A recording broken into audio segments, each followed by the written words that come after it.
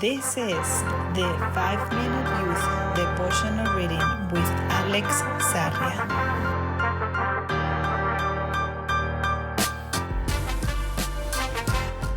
August 10, Candy Crush.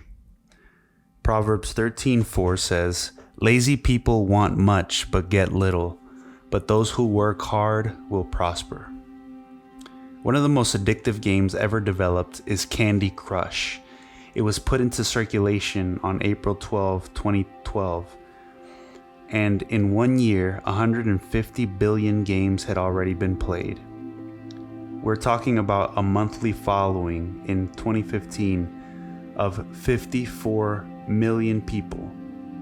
What makes it so addictive? Well, it is mostly due to a small characteristic of the brain. In the early 20th century, a Lithuanian psychiatrist named Bluma V. Zygarnik was having a drink at a Viennese restaurant where she observed the waiters.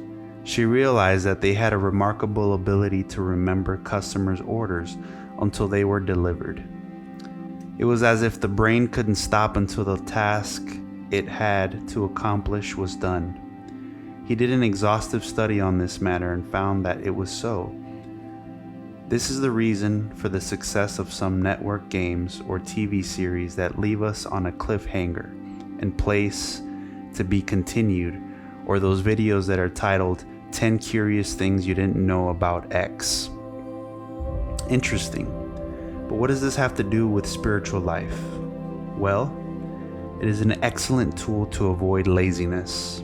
Procrastination, leaving things for later, is one of the enemy's most powerful tools because it makes us want a lot, but accomplish little. I invite you to try the 2-minute rule, and you'll see how everything changes.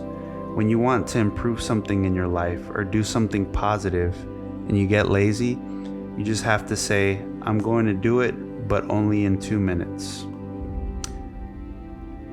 With that idea in mind, it's easier to study the Bible, read the Sabbath school, call the person who has had an adversity, and even take out the garbage so that harmony exists at home. You'll see that maybe it is 5 minutes or 10 or 20, or you'll not want to stop until you finish what you've had to do. It is the Zygarnik effect on your brain, and it works like this.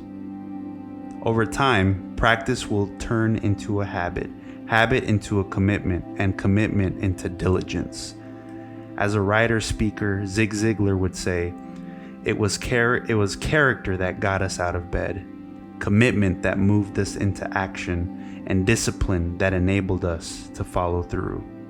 Today, you can do it. What does it cost you? Come on, it'll only be 2 minutes.